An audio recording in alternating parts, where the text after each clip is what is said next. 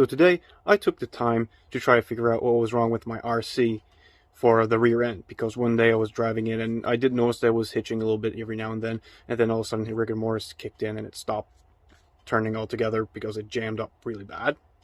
So my temporary fix was to put 3 spacers to keep the crown gear from being sucked in. So today I took the time to take basically most of the back off, just to open it and take the parts out to see what was going on. Here it is. So it's kind of a long process, definitely not the easiest thing to get to for this part to remove. You have to remove the wheels, and then you have to remove the shafts, and then you got to pop out the crown gear out of it, just to get to the middle part here, just to discover that what was a bearing. So I took this part off, so the shaft hooks up to the upper part that you see there, the hole, and the thing that you see there that is now currently just a ring was the bearing. And yes, it has fallen apart and no little ball bearings inside. So I kind of know now why it was binding. There's like no more outer race, like there's only inner race at this point. So I managed to find a spare bearing within my Traxxas spare parts. So here's the bearing that is on that pinion, and here's the new one.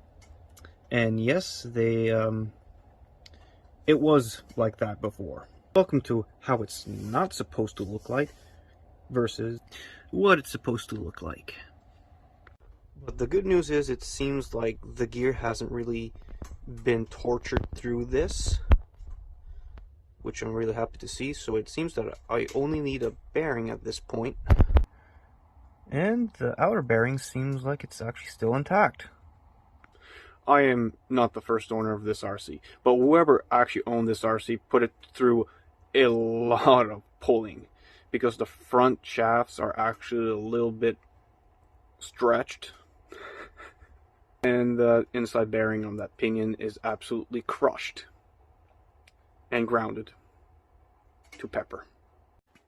So, what did I learn?